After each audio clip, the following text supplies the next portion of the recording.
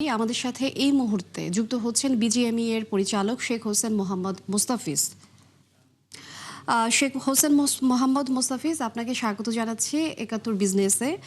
একটু জানতে চাই যে এফওসি সুবিধা দিলে কৃত্রিম তন্তুর বাজার কিভাবে ধরতে পারবে বাংলাদেশ, এবং এই সুবিধার ইতিবাচক দিকগুলো আসলে কি কি হতে পারে, আপনি কি মনে করছেন? ধন্যবাদ আপনাদেরকে আজকে আমাকে আমন্ত্রণ জানানোর জন্য। আসলে যেটা ঘটতেছে আমি একটু আরেকটু পরিষ্কার করে বলি। সেটা হচ্ছে যে আমরা আমাদের পুরো পোশাক শিল্পটা মেইনলি আপনার মানে কটন বা তুলার উপরে নির্ভরশীল আমাদের পুরো শিল্পটা। যেটা আমাদের রিপোর্টেও আসছিল। তো আসলে বিষয়টা হচ্ছে যে নন কটন বলতে যে ধরেন সিনথেটিক ফাইবার এবং কিছু ম্যানমেড ফাইবার আছে যেগুলো বাংলাদেশে আসলে উৎপাদন হয় না। অর্থাৎ আপনি কটনে যেমন আমরা আমদানি নির্ভর, অনুরূপভাবে সিনথেটিক যে ফাইবারগুলো আছে সেগুলো বাংলাদেশে আসলে একেবারেই মানে পুরোপুরি আমদানি নির্ভর।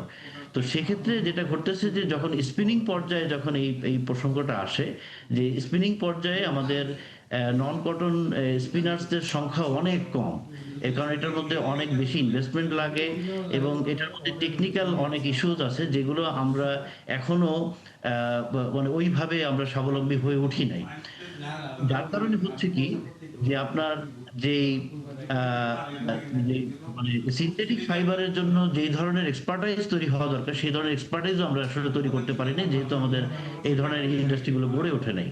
এখন যেহেতু গ্লোবালি সিনথেটিক ফাইবার বা ম্যানমেড ফাইবারের পোশাকের যেহেতু অনেক চাহিদা, আমরা এটা পুরোপুরি বিশেষ করে চায়না থেকে এটাকে আমদানি করে আমাদেরকে আসলে এটার যোগানটা দিতে হয়।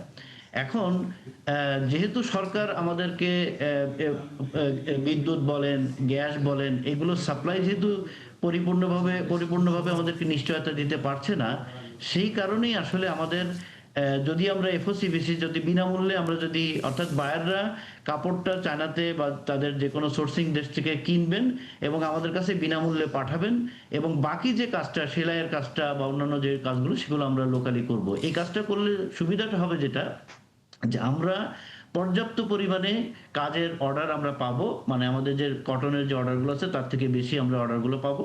প্লাস আমাদের ভিতরে কিন্তু একটা এক্সপার্টাইজ তৈরি হবে, আমাদের একটা দক্ষতা তৈরি হবে যে এই কাজগুলো কিভাবে করতে হয়। সাথে সাথে এই ফেব্রিকগুলো যেই ডাইভার্সিফিকেশন আছে সেই ডাইভার্সিফিকেশনটার উপরও আমাদের একটা টেকনিক্যাল এক্সপার্টাইজও আমাদের দেশে তৈরি হবে। এই কারণে আসলে আমরা চাচ্ছি যে শুধুমাত্র এটা মানে আমরা কাপড় আনলাম আর সেলালাম সেটা শুধু না, এটার সাথে সাথে আমাদের কিন্তু মানে প্রোডাক্ট ডাইভার্সিফিকেশনের যে দক্ষতা সেই দক্ষতাটাও আসলে উন্নয়ন ঘটবে। শেখ হোসেন মোহাম্মদ মোস্তাফিজ, এখানে একটি বিষয় থেকেই যায়, নন কটন রপ্তানি বাড়াতে বাংলাদেশের উদ্যোগ কম কেন, এবং উদ্যোক্তারা বিনিয়োগের ক্ষেত্রে এগিয়ে আসতে প্রতিবন্ধকতা আসলে কোথায়? এটা আসলে একটা ট্রেডিশনাল জিনিস। আমরা যখন আসলে মানে পোশাক শিল্পটা গড়ে উঠছে বাংলাদেশের আসলে কটনের উপর নির্ভর করে। যেখানে এখানে আমি আমি যেটা বারবার বলার চেষ্টা করছি, এখানে একটা টেকনিক্যাল এক্সপার্টাইজ এর একটা ব্যাপার আছে এবং এটার ইনভেস্টমেন্টটা অনেক বেশি।